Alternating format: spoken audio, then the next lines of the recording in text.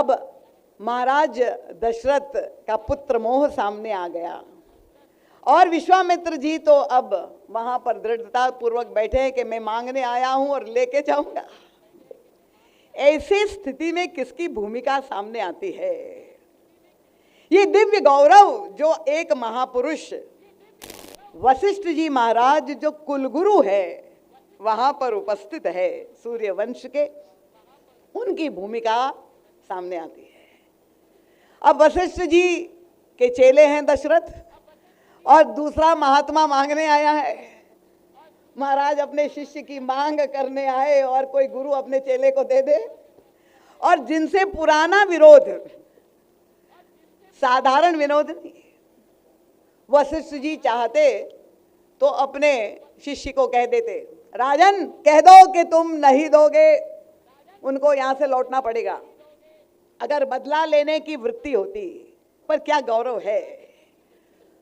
गोस्वामी तुलसीदास जी लिखते हैं कि गुरु वशिष्ठ की भूमिका, एक आदर्श भूमिका उस समय सामने आई, तब वशिष्ठ बहुविधि समुझावा, नृप संदेह नाश कर पावा। वशिष्ठ जी ने उस समय अपने शिष्य को उपदेश दिया। जब विश्वामित्र जी कामधेनु मांगने आए थे तब तो नहीं दिया, मना कर दिया। पर आज वशिष्ठ ने देखा कि मांगने के लिए एक महात्मा आया है, वो किसको मांगने आया है? उनके तो कल्प वृक्ष को मांगने के लिए आए, स्वयं श्री राम को मांगने के लिए आए। कामधेनु का दुरुपयोग हो सकता है, राम का दुरुपयोग नहीं हो सकता। और एक और गंभीर सूत्र परम पूज्य महाराज से हमारा ध्यान आकर्षित करते हैं। ये वशिष्ठ जी महाराज कौन है? जो अहिंसा धर्म में स्थित है।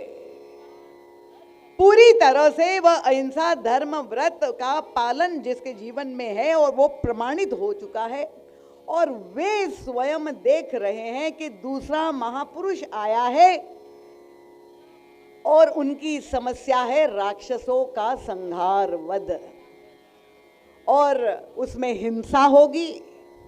जो स्वयं अहिंसा का पालन कर रहा है, वो चाहते तो उन्हें कह देते कि नहीं, अहिंसा जो है परमो धर्म, हिंसा का मैं विरोध करता हूं, मैं राम को जाने की आज्ञा नहीं दूंगा। पर नहीं, विश्वामित्र जी भी ये समझ गए कि अहिंसा की कितनी भी प्रशंसा की जाए तो श्रेष्ठतम धर्म है। किसी एक व्यक्ति के संदर्भ में वह अहिंसा की ऊंचाई स्थापित हो सकती है, पर क्या पूरे संसार में सबके लिए हिंसा का त्याग करना संभव है?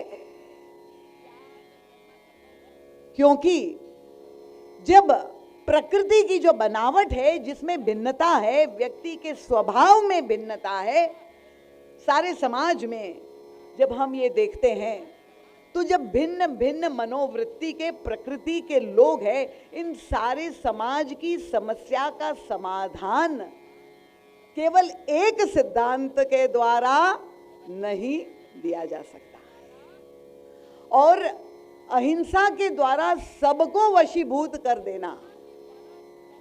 व्यक्ति स्वयं अपने जीवन में अहिंसा को पालन करके एक ऊंचाई प्राप्त कर सकता है, पर समाज की जो समस्या है उसका समाधान जब देना है, और इसलिए भगवान श्री राम और भगवान श्री कृष्ण, ये दो अवतार जो बाद में आए, उनको पूर्णावतार कहा गया। परशुराम जी महाराज को अंशावतार माना गया, क्योंकि उनकी चिंतन में, उनके व्यक्तित्व में जो पूर्णता थी कि उन्होंने सारे समाज की समस्याओं का समाधान दिया। उनके अनुगमन करके आज भी व्यक्ति अनुप्राणित हो सकता है। तो भगवान श्री राम जब विश्वामित्र जी महाराज के साथ जा रहे हैं, वो बहुत ही विलक्षण गोस्वामी तुलसीदास जी ने दृश्य प्रस्तुत किया है। चाहते तो महाराज दशरथ से मांग सकते थे कि भाई राजकुमार जा रहे, युद्ध लड़ना है आगे चल करके राक्षसों के साथ, तो रथ दे दीजिए। पर विश्वामित्र जी ने कहा कोई रथ नहीं, मेरे साथ ये 2 राजकुमार पैदल चल के जाएंगे। और क्या विलक्षण गोस्वामी जी का काव्य, एक एक शब्द का जो प्रयोग किया है। वे जब भगवान श्री राम की यात्रा का श्री गणेश होता है तो गोस्वामी जी पहला शब्द लिखते हैं कि कौन जा रहा है, उनका पुरुष सिंह 2 वीर। ये कौन जा रहा है, उनका ये 2 सिंह जा रहे हैं, पुरुष सिंह। परम पूज्य महाराज जी तो सबसे बात कर लेते थे। महाराज जी ने गोस्वामी जी से पूछा कि आपके पास कोई उपमा नहीं थी, आपने भगवान राम को सिंह बता दिया। सिंह का अर्थ आपको मालूम है? सिंह का मतलब शेर, और शेर का स्वभाव और प्रकृति क्या है? क्योंकि शेर तो, सिंह तो हिंसक होता है, आक्रमण करता है, स्वभाव से कठोर होता है। और संस्कृत साहित्य में ये विलक्षणता है। देखिए, आप लोग साहित्य का भी आनंद लेते हैं क्योंकि महाराज श्री की कथा श्रवण करते रहते हैं। ये सिंह शब्द कैसे बना है आप जानते हैं? संस्कृत में नैऋत्य व्युत्पत्ति व्याकरण का एक सिद्धांत है। ये हिंस शब्द से, हिंस की नैऋत्य व्युत्पत्ति से सिंह बना। जैसे अगर किसी व्यक्ति के लिए हम कहें कि व्यक्ति बड़ा तार्किक है, तो ये तर्क शब्द कैसे बना? तर्क शब्द की रचना बनी है कर्त के नैऋत्य व्युत्पत्ति से। कर्त को उलट दिया तो तर्क हो गया। तो सिंह कैसे बना? उन्होंने कहा हिंस की नैऋत्य व्युत्पत्ति से। तो इसका मतलब कि श्री राम हिंसक है, तो युद्ध करने जा रहे हैं, लड़ने जा रहे हैं, धनुष बाण हाथ में धारण किए। हम भगवान श्री राम की वंदना भी जब करते हैं तो पाणौ महासायक चारु चापम नमामि रामम रघुवंशनाथम, धनुष बाण धारण करके जा रहे हैं। तो भगवान श्री राम हिंसक है? गोस्वामी तुलसीदास जी ने क्या अद्भुत वहां पर एक जीवन दर्शन प्रस्तुत किया। गुरुदेव के साथ जा रहे थे, जा रहे हैं और धनुष बाण धारण करके ऐसा लग रहा है कि अब हिंसा होने वाली है, हिंसक है। पर प्रश्न महाराज से उठाते हैं कि हिंसा का उद्देश्य क्या है, ये भी तो समझना होगा। बहिरंग रूप से हम देख रहे हैं कि धनुष बाण है, आक्रमण होने वाला है और किसी की हत्या होने वाली है, पर वो हत्या के पीछे उद्देश्य क्या है? तो गोस्वामी जी कहते हैं पुरुष सिंह 2 वीर हर्षि चले। पर क्यों चले? उद्देश्य क्या है? जैसे कि एक शस्त्र है, छुरा है। छुरा अगर एक अपराधी के हाथ में है और वही छुरी एक चिकित्सक में हाथ में है, समझने में आपको आसान हो जाए। चिकित्सा 2 प्रकार की होती है। अगर गोली ले करके आप स्वस्थ हो सकते हैं तो बहुत अच्छा, पर अगर रोग कुछ अधिक बढ़ जाए तो शल्य चिकित्सा भी करनी पड़ती है, सर्जरी भी करनी पड़ती है। तो एक शल्य चिकित्सक के हाथ में भी छुरी होती है, वो भी प्रयोग करता है, और एक जेब कतरा भी छुरे का प्रयोग करता है। तो दोनों के हाथ में शस्त्र को देख करके क्या आप दोनों को समान कैटेगरी में जो है डाल देंगे? उनका नहीं नहीं। अगर कोई हत्यारे के हाथ में शस्त्र है तो उसको दंडित किया जाएगा, और एक चिकित्सक के हाथ में वही शस्त्र है तो आप जब उनके पास जाए, शरीर का कोई हिस्सा रुग्ण है, उसने आपका हाथ काट डाला, पैर काट डाला जो रुग्ण है, तो आपको ऊपर से उनको फीस भी देनी पड़ेगी। कहेंगे उन्होंने मेरा हाथ काट डाला।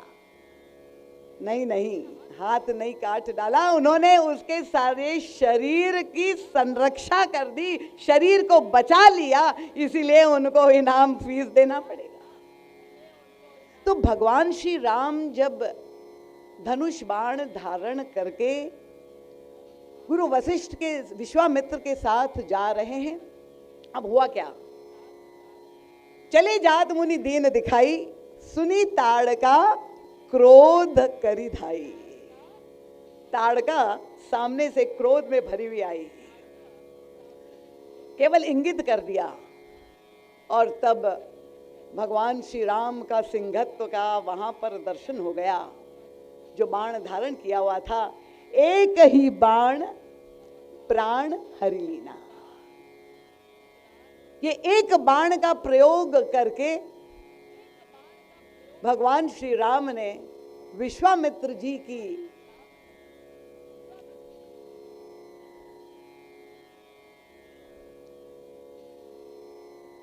जो समस्या थी, तत्कालीन समस्या थी, उसका समाधान तो दे दिया, पर परम पूज्य महाराज जी कहते एक नवीन जीवन दर्शन संसार के समक्ष प्रभु ने रख दिया। क्या जीवन दर्शन दिखाई देता है गोस्वामी तुलसीदास जी ने? इसलिए ये दोनों ही महापुरुष, चाहे विश्वामित्र जी हो चाहे वशिष्ठ हो, दोनों ने भगवान श्री राम को एक ही उपमा दी। विश्वामित्र जी भी जब प्रसन्न हो गए तो उन्होंने भगवान श्री राम को कहा, धर्म से तु पालक तुम ताता। राम, तुम्हारा जो व्यक्तित्व है वो एक विशाल सेतु है, तुम धर्म सेतु हो। और सेतु की भूमिका क्या है कि जहां दो किनारों में दूरी उपस्थित होती है, उस दूरी को समाप्त करके दो किनारों को जोड़ने का कार्य सेतु करता है। ये विश्वामित्र जी भी भगवान श्री राम को यही उपमा देते, और वशिष्ठ जी महाराज भी यही प्रसन्न होकर के चित्रकूट में बहुत विलंब से उन्होंने भी भगवान श्री राम को यही उपमा दी, धर्म से तू करुणायतन कस न कहो तो ही राम। उनका तात्पर्य क्या था? राम, तुम्हारा व्यक्तित्व इतना विलक्षण है, अगर तुम केवल मर्यादा पुरुषोत्तम होते। देखिए, धर्म बहुधा, हम क्योंकि सब अपने आप को धार्मिक मानते हैं और धर्म का पालन करते हैं, यही मानते हैं, पर धर्म जो है वो न्याय को ही महत्व देता है। और न्याय का मतलब क्या? जैसे आप एक न्यायाधीश के पास जाए तो आपने जैसा कर्म किया है, कर्म सिद्धांत क्या बताता है? न्याय में किसी भी प्रकार की दया या करुणा नहीं होती। न्यायाधीश का यही निर्णय होगा, संविधान के अनुसार अगर आपके द्वारा ये जो है पाप हुआ है तो आप दंड के भागी है। पर वशिष्ठ जी महाराज भगवान श्री राम को कहते कि राम, तुम अगर केवल एक धर्म पालक मर्यादा पुरुषोत्तम ही होते, तब ये जो राम राज्य की स्थापना भगवान श्री राम के द्वारा हो पाई वह ना होती। उनका तुम जितने बड़े मर्यादावादी हो, उससे भी प्रबल पक्ष तुम्हारे जीवन का है, वो है करुणा और दया का पक्ष है। और ये जो सामंजस्य है, एक और मर्यादा न्याय और धर्म और दूसरी ओर हृदय में करुणा और दया, ये भगवान श्री राम के व्यक्तित्व के द्वारा जो प्रकट हुआ, यही विश्वामित्र जी ने स्वयं अपनी आंखों से देखा कि जब ताड़का क्रोध से भर करके आई। अब देखिए, क्रोध तो हम सबको आता है, और कब क्रोध आता है? अक्सर मैं जब अपने शिष्यों के घर जाती हूँ, यही एक प्रश्न लेकर के आते, दीदी माँ कोई ऐसी उपाय बता दीजिए, हमारे पतिदेव बड़े क्रोधी है। परिवार का कोई, चाहे वो पतिदेव हो तो पत्नी के लिए इस क्रोध की समस्या का समाधान दे दीजिए। और क्रोध कब आता है? तो मानसकार गोस्वामी तुलसीदास जी ने तो यही मनोविज्ञान जो प्रस्तुत किया है, उनका क्रोध की द्वैत बुद्धि बिनु, द्वैत की बिनु अज्ञान। क्रोध किस पर आएगा? उनका जब द्वैत बुद्धि होगी अपने आप पर। देखिए महाराज जी बहुत सुंदर दृष्टांत देते थे। कभी भोजन करते समय आपके दांत के द्वारा आपकी जिह्वा भी चब जाती है। दांत कभी नुकीले होते हैं और जिह्वा को काट डाला, केवल भोजन को ही नहीं, तो जिह्वा में कितना कष्ट होता है, रक्त भी निकलता है।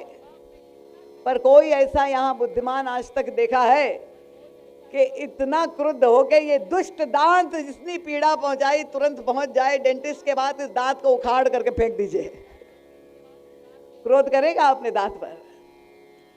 अपने ही पैर से दूसरे पैर को ठोकर लग जाए तो क्रोध आता है। पर रास्ते में चल करके अगर किसी से टकरा गए और थोड़ा धक्का लग गया, कितनी जल्दी क्रोध आ जाता है। अरे अंधे हो, देख के नहीं चलते। तो जहां द्वैत बुद्धि है, और द्वैत बुद्धि कहां होगी? उनका जो अज्ञानी है वो द्वैत बुद्धि से युक्त है, मैं और तू, ये जो भेद बुद्धि है, तभी क्रोध आता है। भगवान श्री राम ने देखा ये ताड़का जो हिंसक थी, जिसने हजारों मुनियों का वध किया, संहार किया, ऐसी हिंसक ताड़का को अगर भगवान श्री राम केवल एक मर्यादा, धर्म के निर्णायक के रूप में दंड देना चाहते, तो अगर एक हत्या की प्रमाणित हो गया न्यायालय में, तो न्यायाधीश एक हत्या के बदले में उसको मृत्यु दंड देगा। यही तो संविधान कहता है। पर अगर किसी व्यक्ति ऐसा हत्यारा है जिसके द्वारा सैकड़ों हत्याएं हुई है, तो उसको दंड क्या दिया जाएगा? भगवान राम ये कर सकते थे कि ताड़का, तुमने धर्म का और शांत भाव से साधना करने वाले ऋषि मुनियों की हत्या की है, उनका वध किया है, तो तुम घोर दंड की जो है तुम्हें मिलना चाहिए, और तुम्हें हजारों लाखों वर्ष तक नरक में जो है यातना भुगतनी चाहिए। ये भी कह सकते हैं। पर भगवान श्री राम ने ऐसा भी नहीं किया। गोस्वामी तुलसीदास जी कहते, एक ही बाण प्राण हर लीना। बाहर से तो यही लग रहा है कि भगवान के द्वारा, श्री राम के द्वारा हिंसा संपन्न हुई, पर दूसरी अर्धाली में गोस्वामी तुलसीदास जी ने बड़ी अद्भुत बात लिख दी। क्या हुआ? विश्वामित्र जी भी देख करके चकित हो गए। उनका दीन जानते ही निज पद दीना। ताड़का का सिर कट गया और उसके शरीर से वो दिव्य तेज निकल करके उसे भगवान के निज पद की प्राप्ति हो गई। महाराज जी कहते हैं कि ये हिंसा कितनी कल्याणकारी सिद्ध हो गई।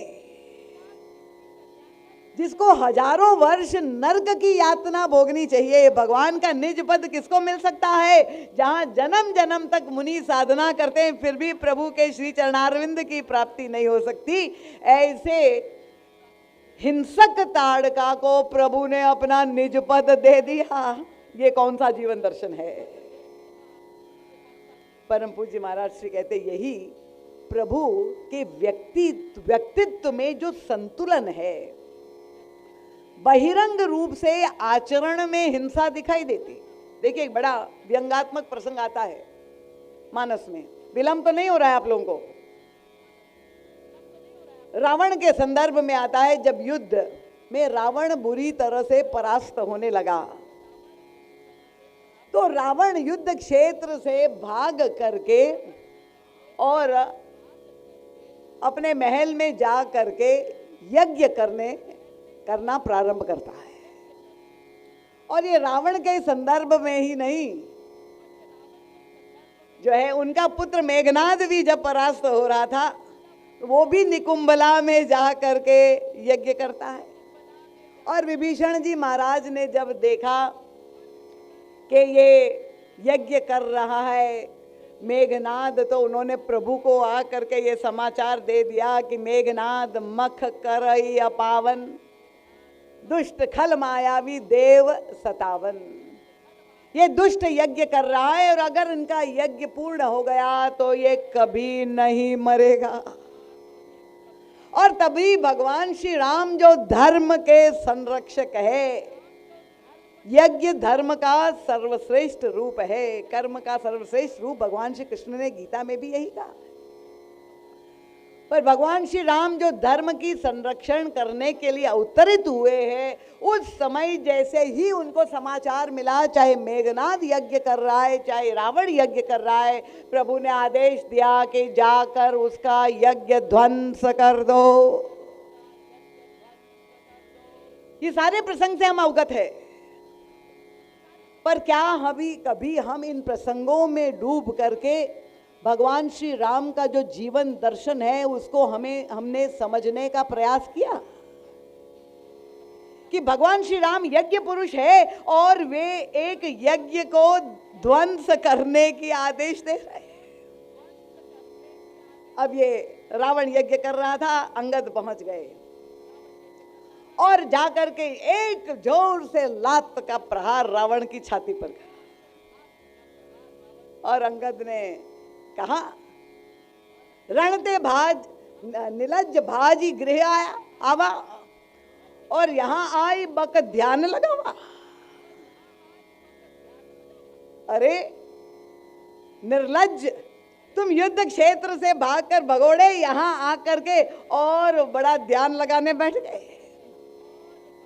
अब दृश्य क्या है कि रावण शांत भाव से आंख बंद करके पूरी एकाग्रता से जो है आहुति डाल करके स्वाहा स्वाहा कर रहा है। अहिंसा धर्म में रत दिखाई दे रहा है रावण। और जब कोई शांत भाव से यज्ञ कर रहा है और अंगद आ करके लात से प्रहार कर रहा है तो घोर अहिंसा कर रहा है। बहिरंग रूप से देखने पर तो यही लग रहा है।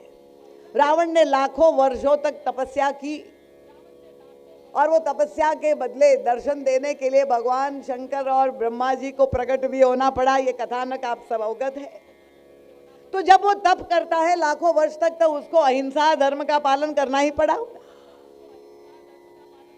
पर ये अहिंसा जो बहिरंग उसके व्यवहार में दिख रही है, उसका उद्देश्य क्या है?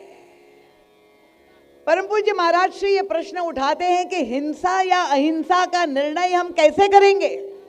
क्या केवल बहिरंग व्यक्ति का आचरण देख करके करेंगे कि या उस अहिंसा या हिंसा कर्म के उद्देश्य को देख करके करेंगे? रावण जैसा असहिष्णु व्यक्ति अंगद लात से प्रहार कर रहा है, पर वो बिल्कुल शांत भाव से स्थित हो करके एकाग्र हो करके हवन पूजा कर रहा है। और तब उपमा उस समय गोस्वामी तुलसीदास जी ने जो दी रावण के लिए, अंगद कहते हैं यहां आई बक ध्यान लगावा। अरे बगले के समान, बगुला आप जानते हैं कि नहीं? बगला पक्षी आपने देखा है? रंग उसका बिल्कुल सफेद होता है। किसी नदी के किनारे, आप यहाँ अयोध्या में भी आपको ये दृश्य कहीं दिखाई देखने को मिलता होगा। आप लोग क्या सुबह जल्दी उठते होगे? जितना सुबह सुबह बगला उठ करके और नदी हो सरोवर है वहां जा करके बिल्कुल एकाग्रता से खड़ा हो जाता है, तो लगेगा कि सात्विकता का ये रूप है, पूरी जो है श्वेत है और पूरे शांत भाव से बड़ा अहिंसक है बगुला। बहिरंग आचरण से तो यही लग रहा है, शांत भाव से वहां स्थित है, समाधि में नदी में तपस्या कर रहा है। पर जहां कोई व्यक्ति प्रभावित हुआ, बड़ा अहिंसक है ये बगला, तो वहां जल में जो मछलियां थी वे बोल पड़ी कि जरा हमसे पूछो कि ये कितना बड़ा अहिंसक है। कभी तो सबसे बात कर लेते हैं, क्योंकि उसकी सारी एकाग्रता का उद्देश्य यही है कि कब कोई उसको मछली मिल जाए जिसको वो ग्रास बना ले और उनको अपना भोजन बना ले। तो बहिरंग दिखाई देती हुई अहिंसा के मूल में हिंसा वृत्ति है। रावण का आचरण जो दिखाई दे रहा है, यज्ञ कर रहा है, तपस्या कर रहा है, तो बहिरंग आचरण। यहां कोई रावण के भक्त तो नहीं बैठे हुए, अगर बैठे हैं तो मुझे क्षमा कर दीजिए, पर मानस का जो जीवन दर्शन है वही मैं आपके समक्ष रखूंगी कि रावण को अंगद यही कह रहा है कि बगले के समान तुम ध्यान कर रहे हो, ये जो शांत प्रतीत हो रहे हो, अहिंसक प्रतीत हो रहे हो, पर उसके मूल में, उसके हृदय में भाव क्या है कि भले अभी मेरा अपमान हो, पर मैं एक बार तप करके, यज्ञ पूर्ण करके शक्ति प्राप्त कर लूं और उस शक्ति के द्वारा फिर मैं घोर हिंसा के द्वारा सबका वध कर दूं। तो बहिरंग आचरण से आप किसी का देख करके नहीं, उसके हृदय में उस वृत्ति के पीछे भाव क्या है, उद्देश्य क्या है, उसको देख करके ही निर्णय किया जा सकता है कि ये हिंसक है कि अहिंसक है।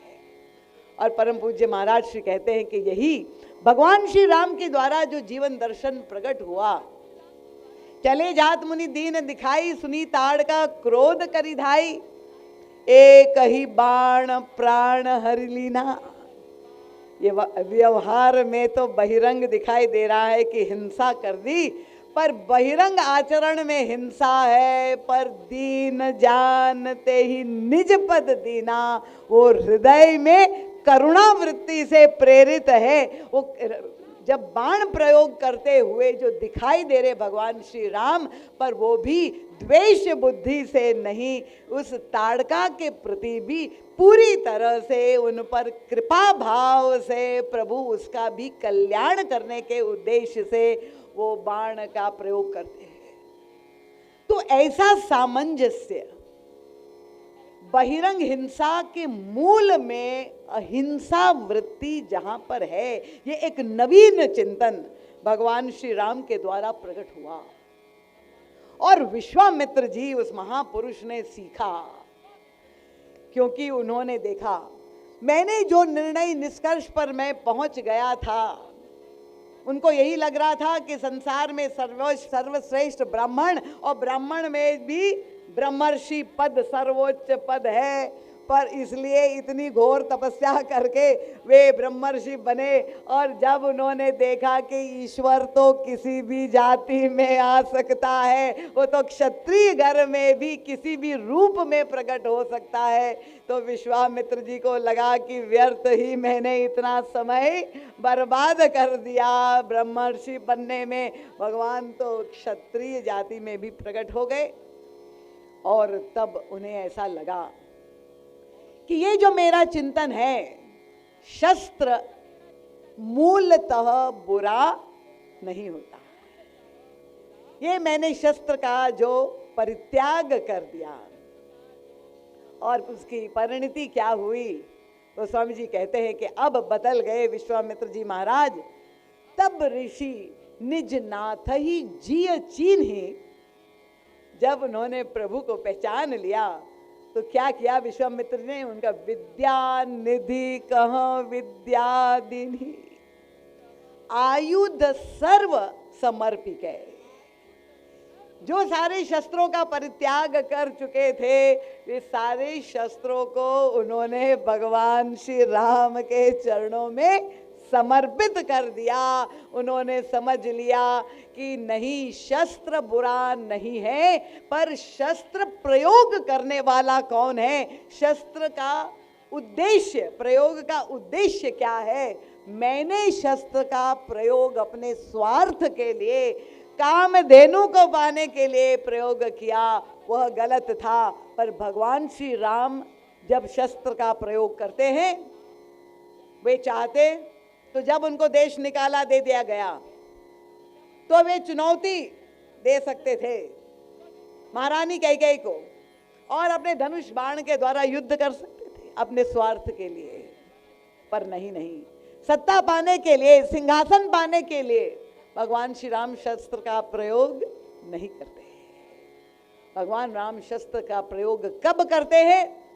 जब वे देखते हैं कि अन्याय हो रहा है, अधर्म जब बढ़ रहा है और समाज को संरक्षण प्रदान करने के लिए वो रुग्ण शरीर के हिस्से को काटने के लिए जिस तरह से एक चिकित्सक शस्त्र का प्रयोग करता है, उसी तरह से भगवान श्री राम करुणा भाव से प्रेरित हो करके शस्त्र का प्रयोग करके एक स्वस्थ समाज का निर्माण करते हैं। ऐसा विलक्षण जीवन दर्शन जिसमें बहिरंग आचरण में अहिंसा है, पर हृदय में जहाँ करुणा है, ये विलक्षण भगवान श्री राम ने उस युग में जो महापुरुष थे, उन दोनों महापुरुषों को जो समाधान भगवान श्री राम के द्वारा प्राप्त हुआ, वो अब समय बहुत अधिक हो गया है, कथा अभी 2 दिन और चलेगी। आप सबके चरणों में बहुत बहुत नमन करते हुए आपने धैर्यपूर्वक श्रवण किया। हमारे श्रीनिवास जी तो अत्यंत व्यस्त है और अनेक प्रकार के सामाजिक कार्य में भी संलग्न है, पर फिर भी अपने व्यस्ततम समय से यहाँ आए, पधारे, तो आप सबके प्रति बहुत बहुत साधुवाद। और अगर ये समाचार कथा का उन भक्तों को जिज्ञासुओं तक नहीं पहुँचा है जो प्रतिवर्ष यहाँ बड़ी संख्या में आते हैं, तो कृपा पूर्वक आप लोगों को ये कथा की सूचना कल ठीक 6:30 बजे, यही संभावना है कि कथा प्रारंभ हो गई। आज विलंब हो गया, मैं क्षमा चाहती हूँ, पर किसी संत का आगमन और उसके लिए हमारा ये कर्तव्य था कि उनका आशीर्वाद प्राप्त करके ये मानस ज्ञान यज्ञ का श्री गणेश हो। तो परम पूज्य महाराज श्री का सद साहित्य का आप लोग सभी लाभ ले सकते हैं। साहित्य आया हुआ है आश्रम में, अयोध्या आश्रम में, रामायणम आश्रम में भी उपलब्ध है। कथा में आप विशाल संख्या में उपस्थित हो, यही प्रार्थना है। अभी रामायण जी की आरती होगी, आरती के पश्चात प्रसाद लेकर आप यहाँ प्रस्थान करेंगे। भगवान के नाम का जयघोष लेकर के मैं आप सबके चरणों में बार बार नमन प्रणाम करती हूँ। बोलिए सियावर रामचंद्र भगवान की जय। पूज्य पाद गोस्वामी तुलसीदास जी महाराज की जय। बोलिए संत समाज की जय। बोलिए भारत माता की जय। सद्गुरुदेव भगवान की जय। श्री अयोध्या धाम की जय। श्री सरयू महारानी की जय। श्री कनक विहारी विहारिणी जू की जय। बोलिए रामलला सरकार की जय। बोलिए पूज्य दीदी जी महाराज की जय। ब्राह्मण जी की आरती होने वाली है, सभी को उठकर आरती गायन करें, आशीर्वाद प्राप्त करें, प्रसादी लें।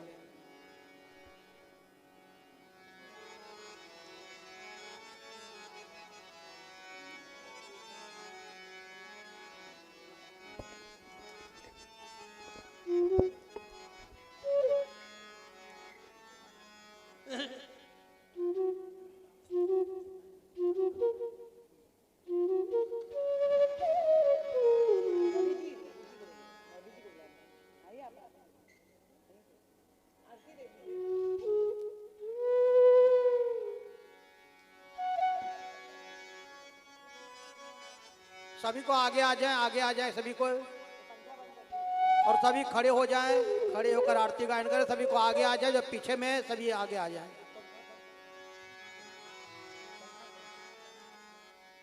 जब पंखा बंद कर देना भैया, पंखा बंद। हाँ, हो गया।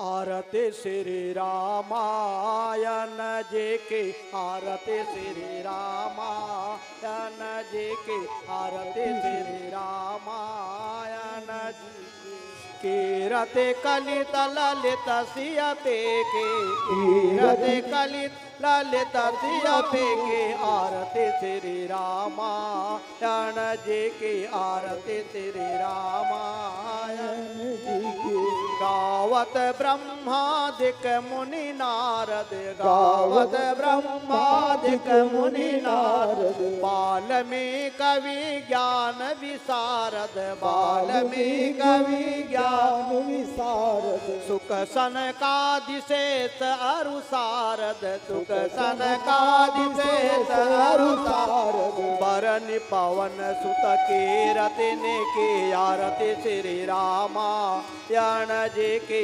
आरती श्री रामायण जी गावत वेद पुराण अष्टदश गावत वेद पुराण अष्टदश छावो शास्त्र सब ग्रंथन को रस छावो शास्त्र सब ग्रंथन को मुनि जन धन संतन को सर्वत मुनि जन धन संतन को सर्वत सार अंश सम्मत सब ही के सार अंश सम्मत सब ही के आरती श्री रामायण जी की आरती श्री रामायण गावत संतत शंभु भवानी गावत संतत शंभु भवानी अरुघट संभव मुनि विज्ञानी अरुघट संभव मुनि विज्ञानी व्यास आदि कवि वर्ज बखाने व्यास